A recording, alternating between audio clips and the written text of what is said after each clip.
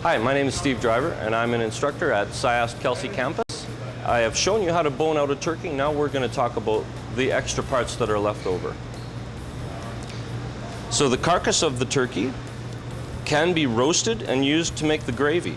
This doesn't need to be roasted, but if you want a different flavor, you're welcome to roast it. So these are the excess parts. We're just going to move them aside. And we're going to talk about these ones here. Okay, just going to wash my hands again.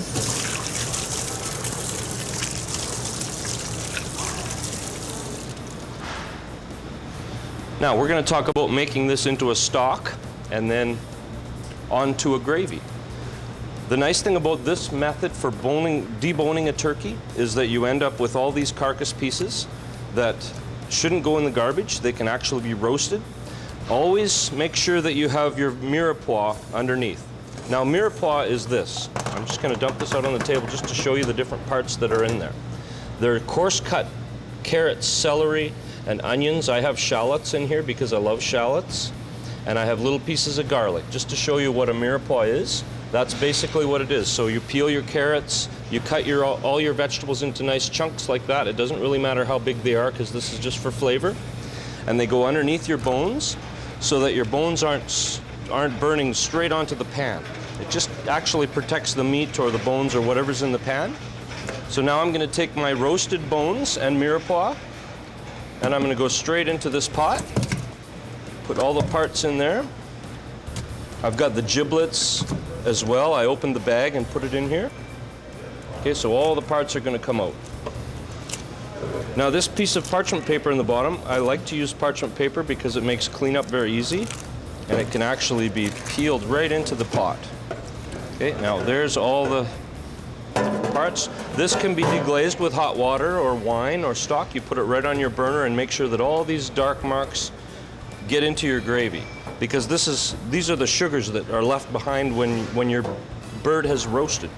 Very, very flavorful and nice color for your gravy. Now what we're going to do is we're going to rinse this piece of parchment paper off, and then we're going to talk about other flavors that we can add into your stock.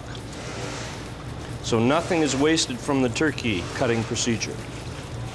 Okay, now I've got all the flavor into the pot here. When you're adding your water, you want to really make sure that you don't use too much water in this procedure.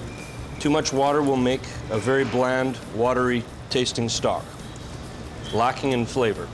Now, if that does happen, what I have over here is some chicken paste. It is possible to find turkey paste, but it's a little bit more difficult to find. What I'll use is a little bit of chicken stock just to season it up. The other things I use for seasoning are kosher salt. I have some poultry seasoning here, some parsley. I felt like lemon pepper today, so there it is. There's some whole thyme leaves, pepper.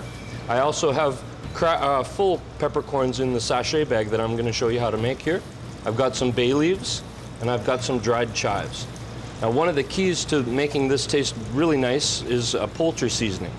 My preference is to use poultry seasoning because it has other seasonings in it that make it just right for turkey. Now this bag here, I also have some garlic in here. This is called a sachet bag, and what I'm going to do is tie it up with string.